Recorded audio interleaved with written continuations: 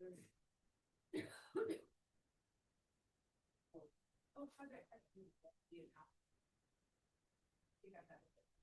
so the project are gonna be four, I'll put your title.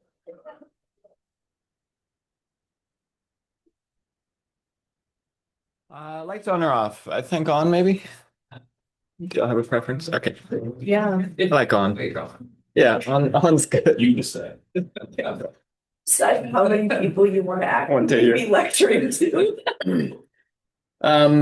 Okay, this is gonna be a lecture primarily on machine learning, followed by some discussion with Kale on statistics and uncertainty. My goal for this lecture is to kind of both give you a broad introduction, and much of that will be familiar, and then I'd like to discuss sort of some intuition heuristics after that introduction. And I have a couple notebooks that work through common algorithms that we won't do during this session, but I will provide the links for, and you can play with on your own time if you choose. That's not really going to be an explicit lab, but just a resource for you to explore. But of course, we have to start with a scattering brain teaser. So what causes a rainbow?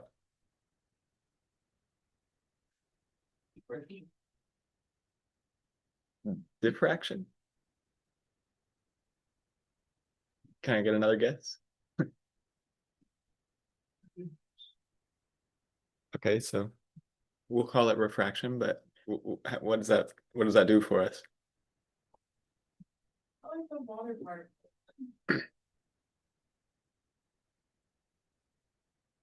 Right. What happens in the water particle? Scattering, speed changes, yes. So there's a refractive index change. And what do we typically have? What kind of dependency do we typically have for index of refraction?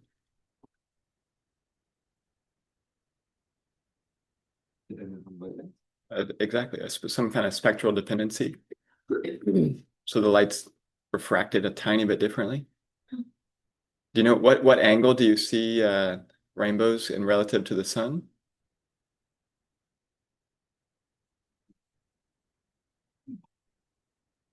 They're always exactly in the same geometry to the sun.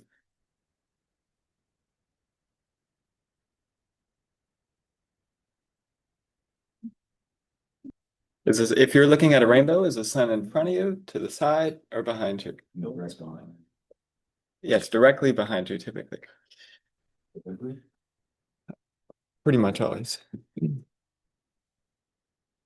Okay, yeah. So we kind of worked through. So water's being refracted when it hits a water particle. It's behind you, so you're seeing it get reflected right back. So this is like always the geometry when you see a rainbow. The sun's up above you, and you can see there's this spectral dependency. So there's a tiny bit of difference in the way light is refracted, and that's what drives this whole rainbow. Pretty good, right? Okay, so this was when I left the oceanoptics class last year. What causes a double rainbow? Two suns. Yes. No, but you can see them in real life. I mean, not through a window. This is a guess, but is there like different densities of air and so it refracts once? That's and a then it good, refracts it's a again? good guess, but not typically. Say it again. Sun angle as well matters. Like here, the sun must be like kind of behind me like this, but it's the same basically geometry. Because here it's just a regular rainbow. But what's different about what's different about this one compared to this one? So this is the first rainbow. Less intense, definitely. What's the other biggest difference? It's flipped. Yeah, it's flipped. So instead of blue, yellow, green, red, it's red, green, blue. And so it's just this happens twice inside the air particles, and so it ends up flipping the color as they bend twice. And it's again always in exactly the same geometry, just just a little bit further out if you're looking directly to the sun. Or would it happen once and then? Again, like most of the tweets just happening once, I think. I think basically you need the certain density of water in the air to see it. You know, it's probably happening, you know, there's some probability that it's going to scatter. And there's some probability it's going to scatter twice. So you just need enough water molecule, water particles in the air to actually get that to be visible. Okay, now on to machine learning. That's very, I'm very important. Sure. Is triple rainbow possible? Oh, I think so. Okay, my sister and I like literally. Although, Triple rainbows. Yeah, I'm not, I guess it'd have to bounce like here, and then back here. So I'm not sure where you need to be to see it. Like, yeah, it's a good question. That was my question. But I think you see triple rainbows, right? People have seen them. Nobody? You've seen one? No. Okay. Okay.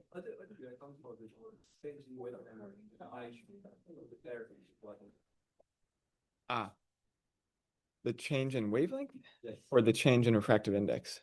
Change in weather because light slow down a little. Uh-huh. So conserve energy. The wavelengths will be shifted to a lower. Right.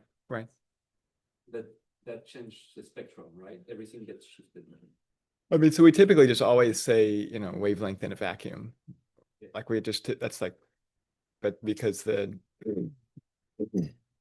all changing proportionally, right, from that speed change. You change back when they Right. Yeah. Yes. Yeah. Okay, that's just to get your brain started. We'll do one more question. Go ahead. Yes. Yes. You know. And there's a fair amount, enough text on the coming slides that I think you need to, I need you at full alertness. Okay. Again, we're going to start with some overview, dive into some specific use cases and pros and cons from there. So I really want you to have this idea that machine learning algorithms are just techniques that train a model to extract patterns from any kind of data, labeled or unlabeled, and then allows us to use this model that we've trained on new data that we've never encountered before. And training a model learning simply means we have some cost function and we're trying to minimize it. And that may be something as simple as mean average error, where you have some model, you're trying to predict chlorophyll. So you need to know, in this case, this would be supervised learning. You need to know what the chlorophyll value is. You predict it, and your model tries to change, you know, the coefficients, structure of the model to try and get this mean average error as low as possible. But I really just want you to have this mental model that ML models are just learning from data. They're learning their own rules, how they work from data that you've provided, which you're going to apply to new data. But zooming out a bit, why would we ever do this? Why wouldn't we just build perfect, beautiful analytical models for everything? There are a bunch of reasons, and it largely is the dimensionality and complexity of the data. So this is some drone imagery I collected of an oyster reef in North Carolina, and you can see here, this is 0.2 centimeter resolution, and it's super hard to come up with rules to say, okay, this is oyster, or this is grassland, and this is tidal flat. Actually, writing code just to distinguish which is extremely hard. But it's really easy to say, oh, here's the grassland, here's a tree, here's some oyster reef, and have the model learn itself what the rules are to classify things. The next dimension, I'm sure you're really familiar with. So, you know, we have very high spectral dimensionality to much of our data. And again, here, actually, you know, a big part of this class is learning how to understand this and make rules. But sometimes, you know, there are new features where we may just want to say, here's the type of bloom I'm interested in, and I want you to learn what characterizes that. Also, there's a temporal density that can make it quite hard unpredictable patterns, combinations between the spatial, spectral, and temporal dimensions. And of course, sometimes there's just some complexity in the data, atmospheric issues that make it really hard to come up with mechanistic or analytical models. That may be our end goal. That may be our, sort of holy grail for many of these problems. But sometimes data-driven approaches allow us to explore it in a new way. Okay. This is basically the same definition as before. Most of what we're talking about here is classification, regression, and clustering. That's mostly what we're asking these models to do for us. And this is typically what we think of, right? This is what they do. Hell no. If anybody shows you this and actually talks about it seriously, I want you to be extremely skeptical of the rest of their lecture. I want you to think of this. Just think of like trying to classify an apple or an orange based on size and color. So this, not this, this. That's machine learning. Or simple regressions. Or simple classifications. Maybe your data is linearly or nonlinear separable. But don't let anybody show you this and convince you that what they're doing is amazing. And now this could mean, these are just generic examples, but this could mean, all kinds of things, both from, the machine learning we're sort of familiar with in the media, like face recognition, all this, or the things you're probably trying to do, estimating chlorophyll, filling 5 grams, predicting PCC. It's just these types of problems, but much more highly dimensional. Now, there's a couple different sort of flavors of machine learning. Most of what we'll discuss here and what I imagine you're using in your work is supervised and unsupervised learning. Reinforcement learning is typically where you have an agent and you're trying to figure out how to do some specific task. That's self-driving cars are typically reinforcement learning. But what we're going to discuss is supervised learning, where you're giving a model labeled data, you're giving it the answer, you're asking it to figure out the rules. Unsupervised learning is typically some kind of clustering approach where you're asking it to just find patterns in the data and extract patterns. And this is also a mental model I really want you to have as we discuss, all of these kinds of models, and particularly this one. So this is all the same data, right? Every one of these that we're fitting something to, but keep this in mind, where you go beyond the data that you have and it just becomes extremely unpredictable. Okay, I'm sure you've heard this saying all models are wrong, some are useful, but the important thing to realize, particularly in geoscience problems, is that many machine learning models can be wrong in wildly unpredictable ways. The rules they learn may be extremely effective for predicting, a parameter you care about, but the rules don't have any linkage to reality other than that they've minimized some cost function, and so if you test rigorously and you cleverly convince yourself that your model works in all conditions you would ever care about, maybe you can use it. But they really can be unpredictable in challenging ways. Just as an example of this, a paper I worked on during my PhD, we trained a neural network to predict oyster reef from drone imagery, basically like I was showing you. And it worked perfectly all fall and all winter. But as soon as there was a tiny bit of grass, green grass in the imagery, it didn't know what anything was. And so like a few pixels being green actually made the whole model go haywire. And this was a rigorously tested convolutional neural net that we published. And then someone else tried to use it. And it didn't work at all. Okay, so what might we be doing? Let's think of really simple models. This is K nearest neighbors. Let's say we want to try and classify pro and syn based on phycoerythrin and chlorophyll A. And it's learned that this is Prochlorococcus and this is Synechococcus, and we have some new data point. And this model is just going to say, okay, don't worry about this specific algorithm. All this one does is say what is this nearest to in some distance parameter you defined. And we're going to say, okay, it's Prochlorococcus, it's closer to that group. What else might we be doing? It's funny, there's a lot of hype around machine learning in the literature, but many empirical models that we've been using for 20 years would be sort of fall within what many people now call machine learning. So here, we're just learning some polynomial fit to all this data. I mean, this is the currently active OCX chlorophyll algorithm. that Jeremy and folks help lead and deploy. We also may just be clustering. So here's a more specific example. I just took all this data from the Mid-Atlantic Bight, clustered it based on RS spectra, and you can see, we get reasonable fits to what we imagine the local biogeochemical regions are.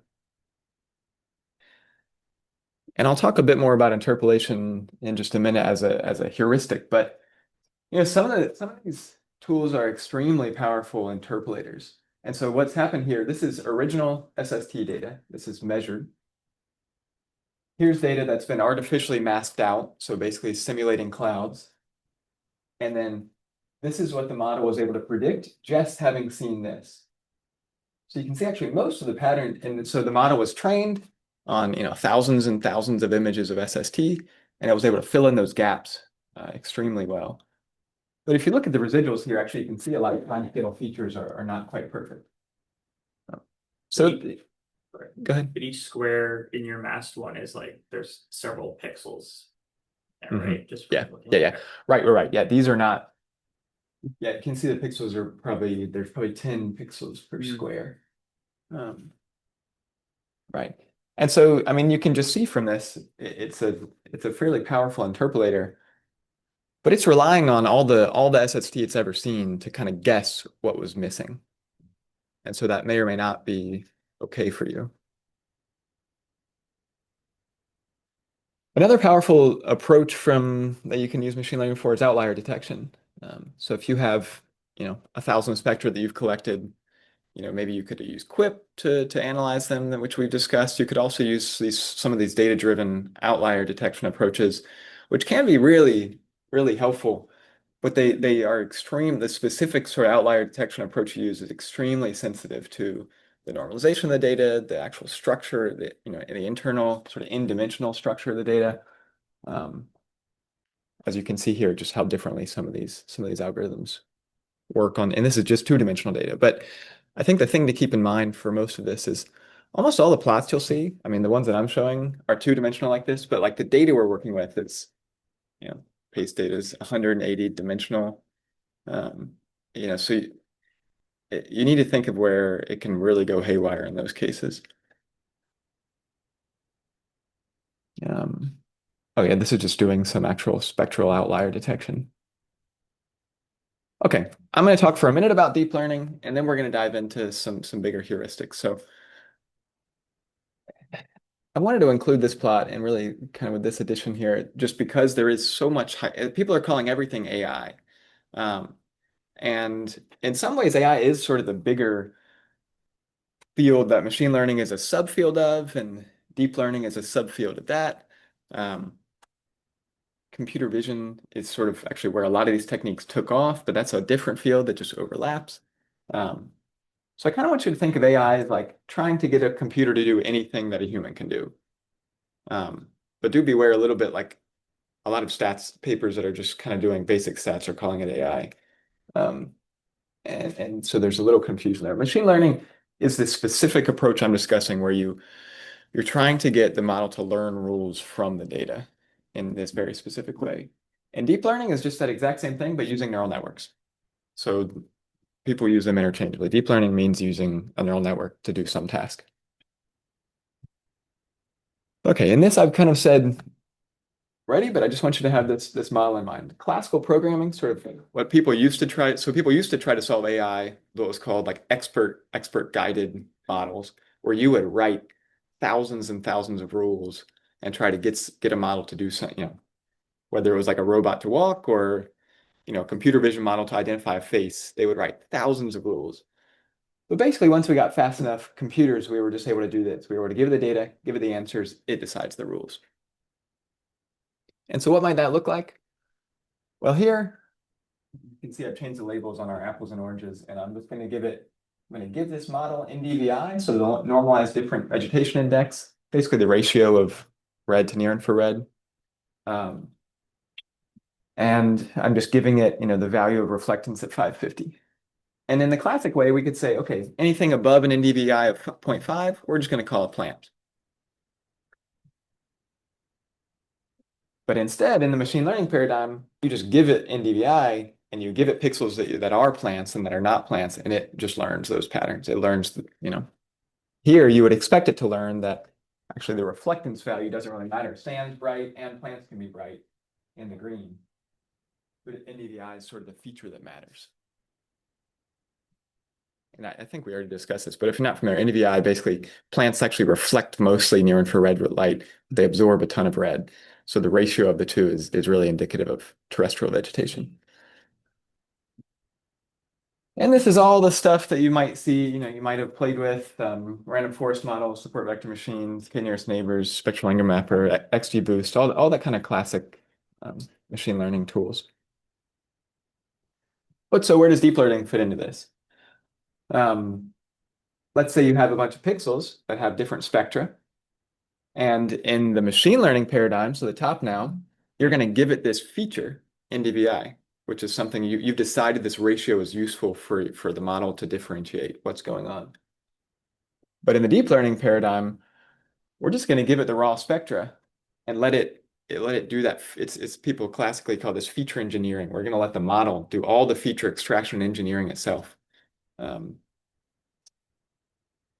in this case, if we're trying to classify pixels from sand to plant, well, there may not be a huge difference or even a huge benefit in these. You can give it a feature that works really well. But now let's go to this. This is that same drone imagery example. And let's say I want to distinguish trees and oysters and sand and water and marsh.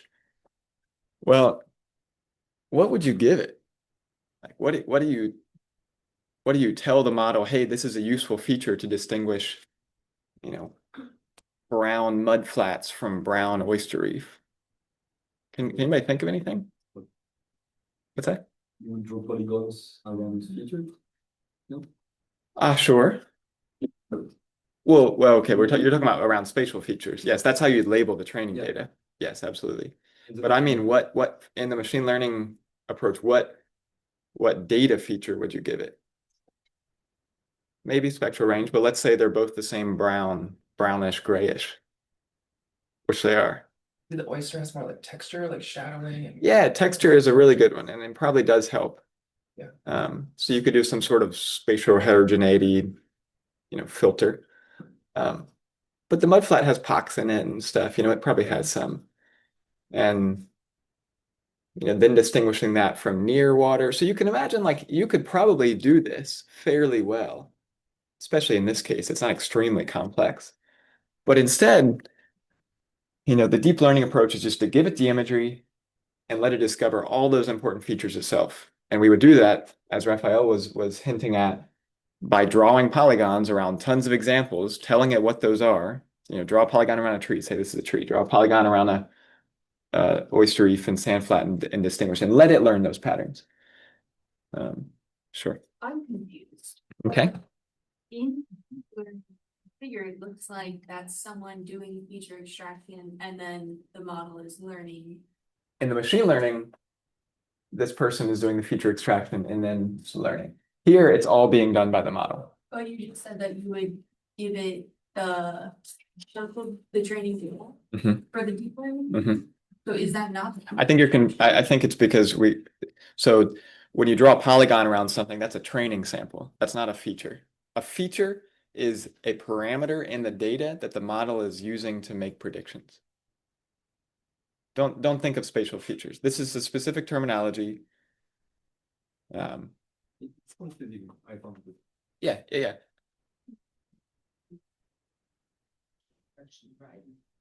It's a great question.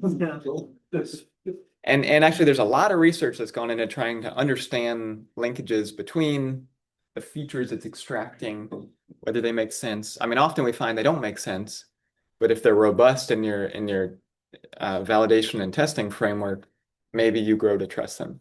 Maybe you don't. And this is a problem of the brittleness of these models to change, to distribution shifts, and it's a core problem in this because it's not mechanistic. And I think mostly you won't convince yourself that those features are somehow physically meaningful. I mean, I'm sure you've seen these examples of face identification models that where if you put a single sticker that has a certain pattern in it, it goes haywire. You touch about the explainable deep learning or no? A little bit, I'm happy to discuss. So there's a whole field of interpretable machine learning that mostly is trying to build models that are almost as good, but have sort of a chain of reasoning through them. And frankly, most of my knowledge around that is around decision trees, because you can often build a model that's almost as good, but you can understand the process much better. There's not really, I haven't found the explainable deep learning work to be very convincing. It's an ongoing field. I mean, a lot of people work on it. I'm sure I'm not aware of some of the work going on there. I agree with that. It's gonna add, for the computer vision deep learning. There are some cool ways to visualize the features being extracted if you're kind Yeah. of going along the process. You can see, yeah, you can see like hotspots of what is where the model weights are kind of leaning on. And you might imagine, so I had a model that was, I'll highlight later, that was like distinguishing whale species, and you can see it focuses on like the humpback pectoral whale fins, and that because that's what differentiates them from blue whales. And maybe in that way you can convince yourself it's reasonable. And I'll say, just because we didn't actually define computer vision, and the reason I'm kind of using these examples is so much of the progress in machine learning and specifically deep learning has been in image analysis. And so that's why it's like tightly overlaps with computer vision, where computer vision is just the goal of kind of gaining understanding from imagery. But they often have gone hand in hand. Chisel? Which one would be better to use for, like, in terms of which one gives like better accuracy in the results, or does it depend on like what? So I think it's a great question. And one of the fundamental things you'll realize about machine learning as a whole is it's an extremely empirical science. And frankly, you would need to test for your given case which model you decide is better. The one thing I would say is anytime you're using a deep learning model, I would compare it to a simple baseline, like a random forest or even something simpler than that. If you could, just like a basic regression model.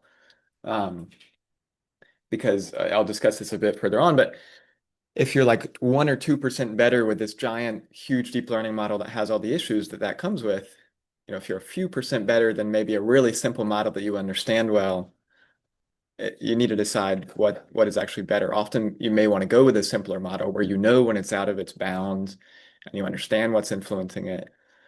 And just computationally, there's often a high cost to many of the large deep learning models.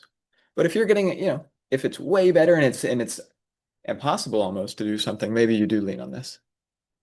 But you test every case basically. Okay. I think I want you to play with a couple of the resources that I'm going to show at the end after, but I just kind of want to show that you can build an extremely simple neural network. Let's say you just give it RRS at 440 and RRS at 550. It has these hidden layers where it's learning relationships between these input parameters, and then you have an output chlorophyll. And you could build a tiny neural network, and this would basically just be a simple transformation of these inputs to the outputs.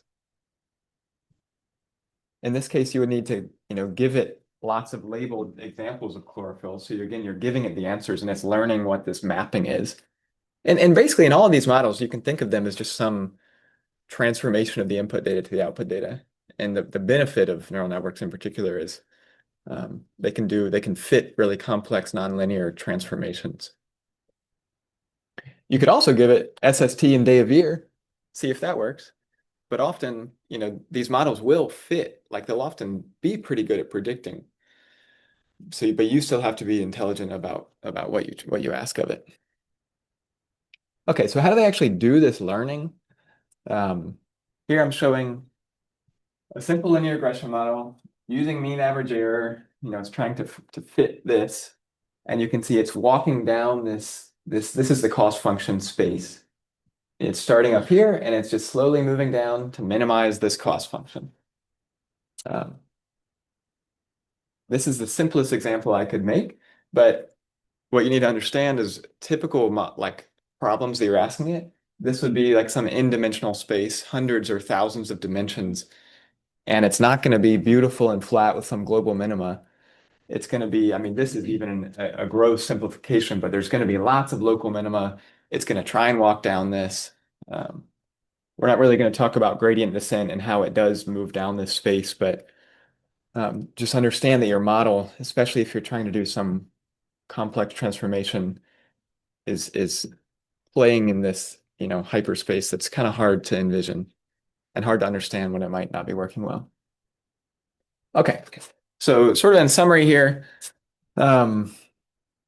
learning means finding the model parameters, whether it's, again, linear regression, logistic regression, random forest, up to some giant neural network. That minimizes the loss function for the training data that you've given it. You can imagine something like this, maybe it's underfit. Here, maybe this fit is pretty good. We're trying to separate the blue and the red and the green. You can imagine something like that is extremely overfit. And it's your job, if you choose to use these tools, to figure out where you are in this space. And before I jump into some intuition and sort of challenges, I do just want to remind that they can be really powerful tools for representing the complexity that we have to deal with as oceanographers, and particularly as, in a complex ocean biogeochemistry with complex optical data. There can be a lot of power in these tools. They allow us to fairly easily integrate sensing modalities. You can imagine integrating, backscattering data from LiDAR with optical data, analyzing relationships in time and space that would be challenging to do in any other way. And this is the part where I sort of want even more discussion. I'm going to do a bit of editorializing. I really want you to leave with 2 or 3 of these mental models. So the first thing I want you to think of is that machine learning models extract and interpolate. They don't generate new data. Like, they're not taking, let's say well, I have examples, but just keep that in mind. Evaluating models across time and space, particularly in a dynamic changing ocean, is extremely hard. It's really hard to convince yourself that your model is going to work in even a subset of conditions. And I think it's really important to remember that physical mechanisms still matter. I mean, you may be able to train a neural network to, ingest almost anything and come up with some good predictions. But that doesn't mean it's going to help your science. And uncertainty is often not handled well in many of these models. Okay. So I think this is maybe the most useful heuristic that I'm going to provide here, is just that most of these models are doing some form of interpolation. So let's say you've given it a bunch of pairs of remote sensing reflectance and chlorophyll. Now you give it a new remote sensing reflectance, and you want it to basically interpolate based on all the other data it's seen. Now they will extrapolate for you, but then you don't know if you're in this space or not. And it can be really challenging actually to know whether or not you're extrapolating, because the ocean, is extremely dynamic. And now I will emphasize that neural networks are effective because they transform the data into some embedding space where interpolation can often be done much more effectively. So you can imagine it's kind of those hidden layers that I was showing on that really simplified neural network plot. You may give it, let's say you give it a 10 by 10 pixel. Well, actually, let's just say you give it an IFCB image, 100 by 100 pixels. So now we're talking about 10,000 input values, right? That's what it has to deal with when you give it a 100 by 100 image.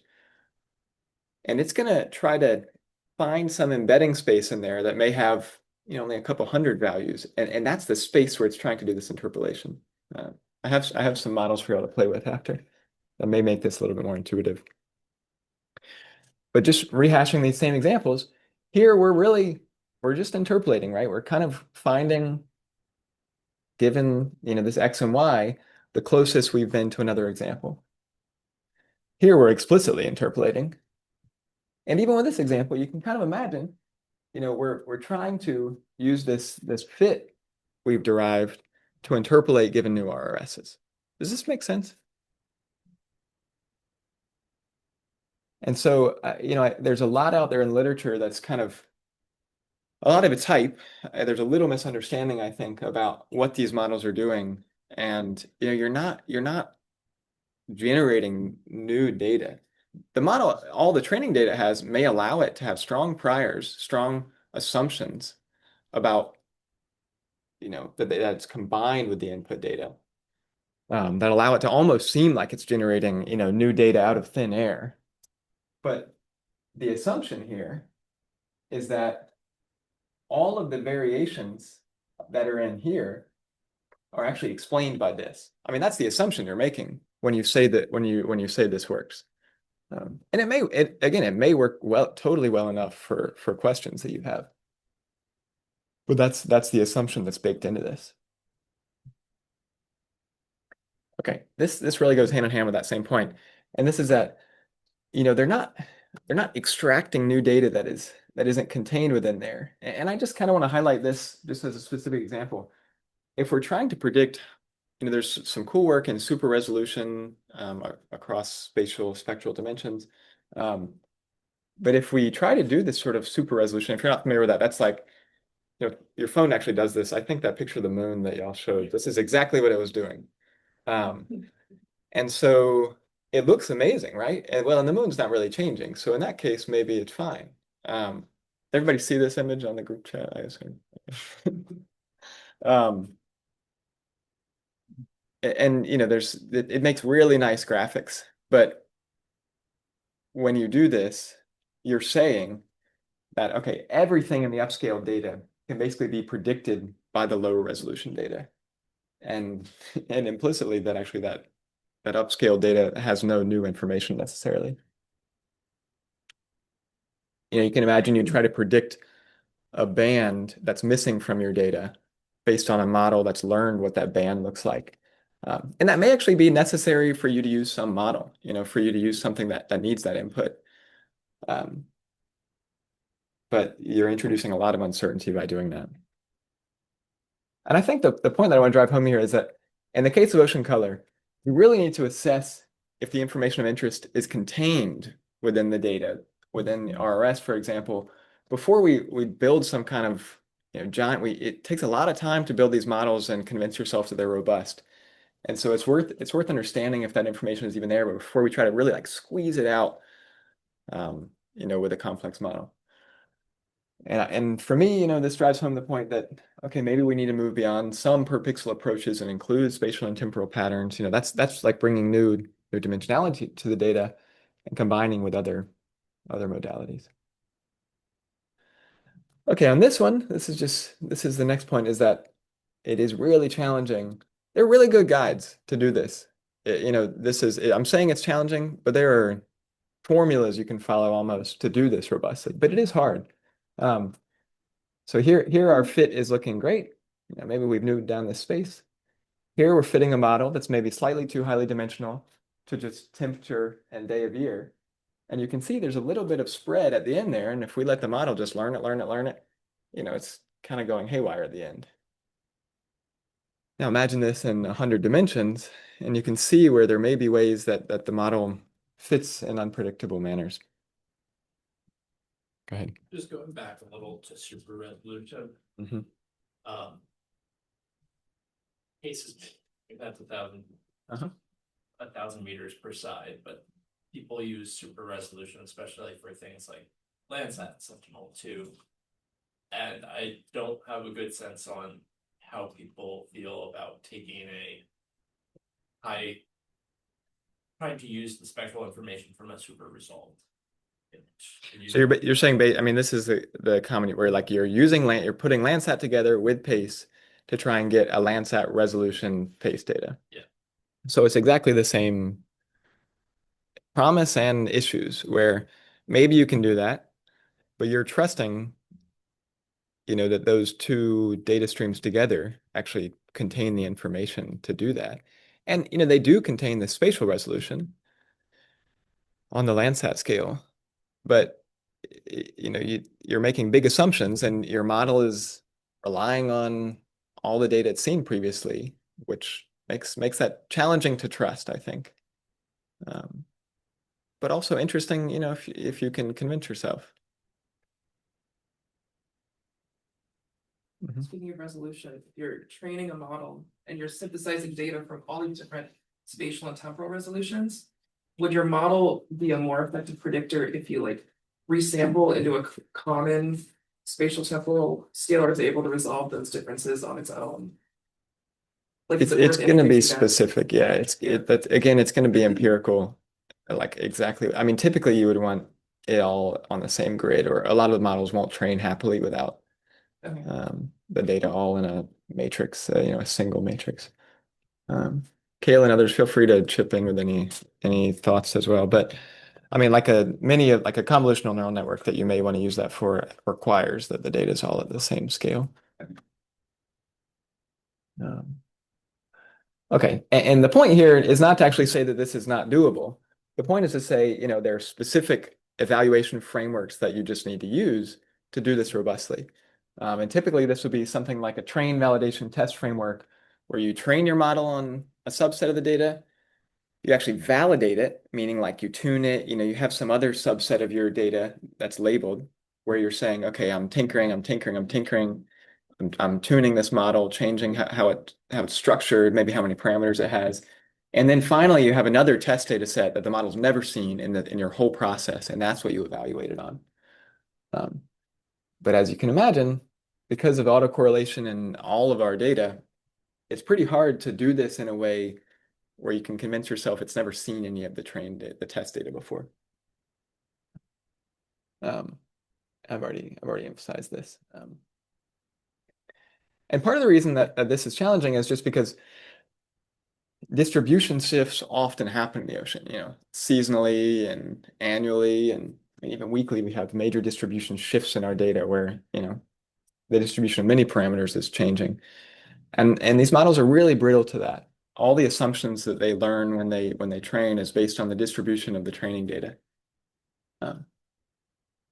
I think this is actually probably, other than the interpolation heuristic, this is probably the biggest other mental model I want you to have, is that almost all geoscience data is spatially and temporally autocorrelated. And much of the machine learning literature basically says randomly split 60% of your data to train the model, 20% to validate it, and 20% to train it.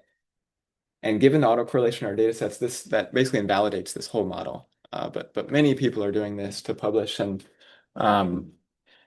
sometimes it's, it doesn't throw you that far out, but often what I'm showing in this figure here is when we trained some model on the North Pacific. This was just a random forest model to predict chlorophyll. But then if you test it in different regions, you can see, this is why we have regionally tuned models. It's not going to work as well in areas that are different than the one it was trained in. And so you need to be clever about the ways that you decide how to evaluate your model. Is there any recommendation for splitting a data set for training and validation? It depends how you want to deploy it. If you have a model that's trained for the Damariscotta River, you don't need to evaluate it in the middle of the Sargasso Sea, like if you're never going to use it there. But you may want to say, okay, I'm going to train it in the summer here and see if it works in the fall, or see if it works in the winter. Or I'm going to train it on data from 2015 to 2017 and test it on data from 2019. So you're trying to validate it outside of spatial training. You're seeing if it's robust. You're seeing if it's robust to the conditions where you're going to use it. And so if you're going to you have trained it on data from the last 5 years and you're going to use it now, you're basically using it outside of the time you trained it. And so you want to test to make sure that it's robust to that. Okay. Go ahead, Cal. The thing that we do, which I like, is we try a method that's like too hard for splitting the data, and a method that's maybe too easy. So you have, like, you could try, training over here and then testing over here, or you could try stratifying the data and then doing stratified value or splitting. And those are going to give you like an R squared that's like too, worse than the truth, and an R squared that's better than the truth. And the range of those two that like go through our best real. Yeah, that's nice. Somewhere in between. And that, I think, is a good way to do that trade-off. Yeah, that's a great point. How do you split the spatial temporal data set into training tested? How do you do the split? Yeah. Like, you mean encoding or sort of in the conceptual theory here? Well, basically you would just, you can decide if it's a geographic split, and you can partition it based on where the data points lie in space. or you can partition it, you take, you may say, I'm gonna partition data from the upper half of the DRE and the lower half. Or you may say, I'm gonna take all data, from 2018 and use that as a held out subset. So yeah, you can split it in many ways, but yeah, I like this sort of very high, very low condition as well. Olivia? When you get a dispute. And like, only have the data output, that's like the data input, like, are you saying like that it can only output data that's like the same discrete output that you put in at the beginning, or is it more of a continuous distribution of the people data? Say it again. I don't quite understand what you're saying. But because that has like matchups between like blue and green band, and then it comes out chlorophyll. And so those are all connected. What do you mean they're all connected? You learn some transformation. Say it again.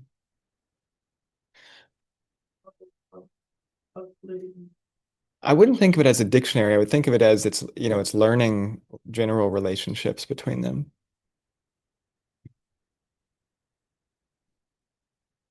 Distribution of what the chlorophyll could be, or is it like a discrete values of chlorophyll could be? Almost all of these models would output on a continuous basis. Yeah. Right. Yes. Yeah, right. So, right. I guess I don't want you to think of the interpolation model too far, right, where it's just exactly what it would have seen before. It's some continuous distribution, definitely. Does that not depend on if you're using like a neural network or like a decision tree? The decision tree will give you discrete values, right? No, if you use a decision tree or a random forest as a regression model, yeah, it'll output continuous values.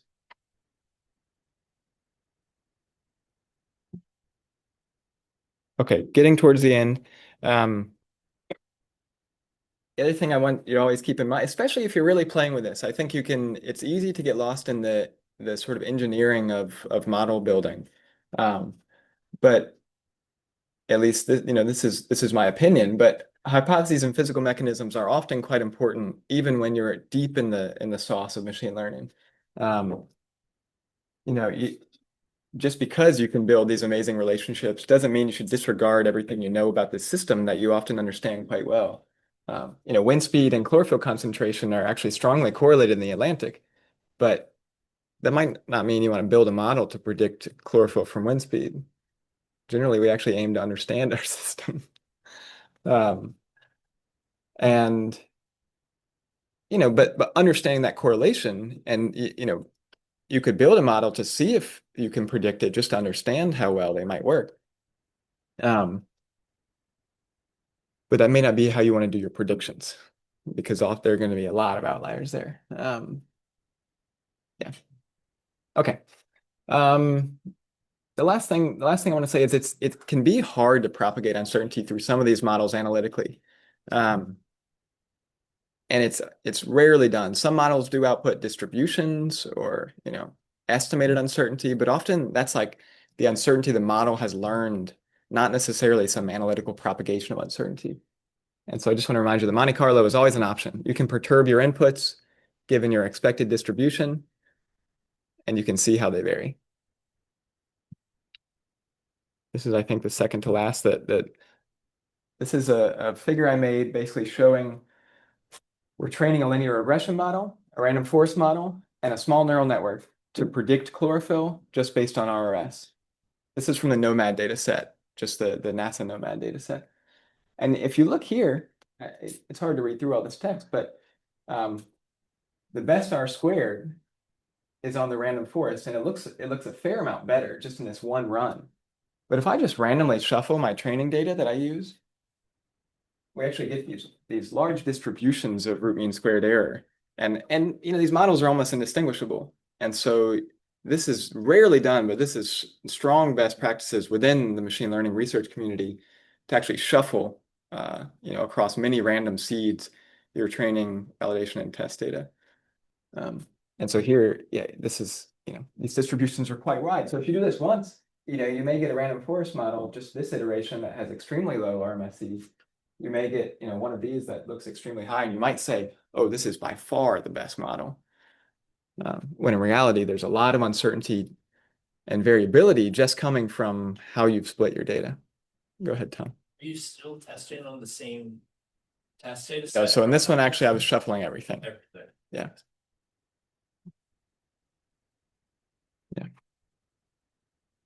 When do you know when to stop shuffling? I mean, I probably didn't shuffle enough here. Look at these distributions. Here, I was just trying to make a point, though.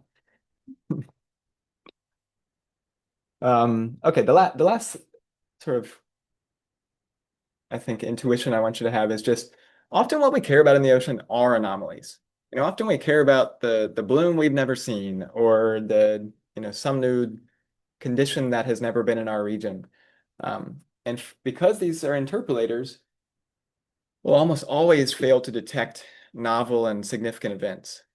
Now you can come up, you can pair, let's say you have an IFCB, you're trying to classify images, and a species that has never been in the region appears and comes into your data.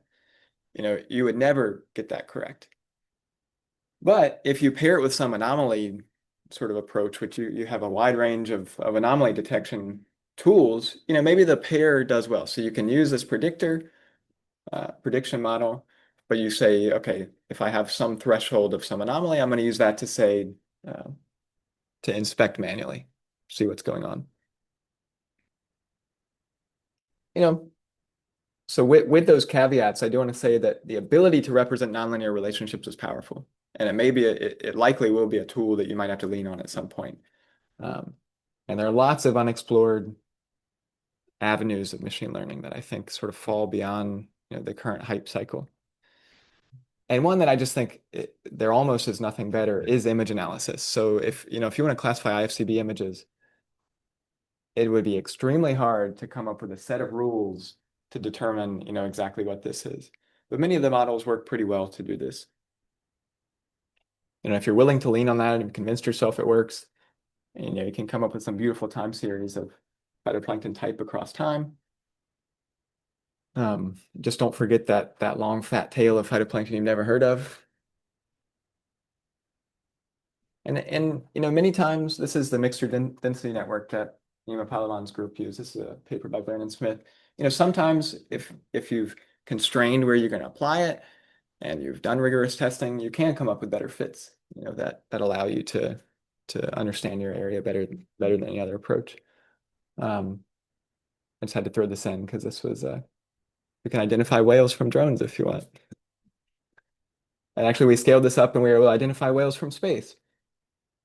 And it worked quite well, although you can imagine there's a lot of confusion for small waves and small boats. And I do think there's some promise in using these methods to better incorporate like landscape context and spatial patterns into data we're using. But it needs to be done really intelligently. Yeah, so these tools are powerful, but often simplicity is really nice if you can manage it. Okay, specifically for inversions, you can't extrapolate beyond your test data. Comparing to a baseline is non-negotiable. Your assessment needs to be independent. You need to consider for your problem if a very small improvement over some polynomial regression is worth the complex model. Sometimes what we really care about is anomalies.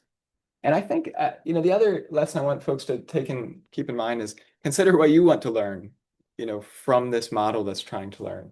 It takes a long time to do this well. And I don't think it serves the community or your own time, the opportunity cost to do it sort of halfway, to build a model that kind of works but isn't rigorous. Especially if the data science component and the machine learning component isn't what you want to be learning. Someone I worked with during grad school, we were just discussing, who was I discussing this with? Maybe Kale last night, had like 100,000 images of sharks and wanted to build a model to count sharks. And it took them a year. they could have counted every shark in those images in 2 weeks and just gotten on to their, ecology questions. And so thinking about, that time trade-off, it's non-trivial. But many of these tools are amazing, and you may want to put them in your toolkit. In that case, it's absolutely worth investing the time. Okay. I'm going to save this for later. Emmanuel and Charlotte and others and I wrote up a paper with a lot of these thoughts if you want to dig further into that. A lot of the points and heuristics I was discussing are discussed in depth in this paper. This is just for you to reference after, some general coding resources, as well as the 2 textbooks that I recommend for this. These are really sort of operational books, not as much, they cover a fair amount of the theory, but they really help you dig in if you have a specific project in mind. And with that, this is what I want you to leave with, and I'll end it there.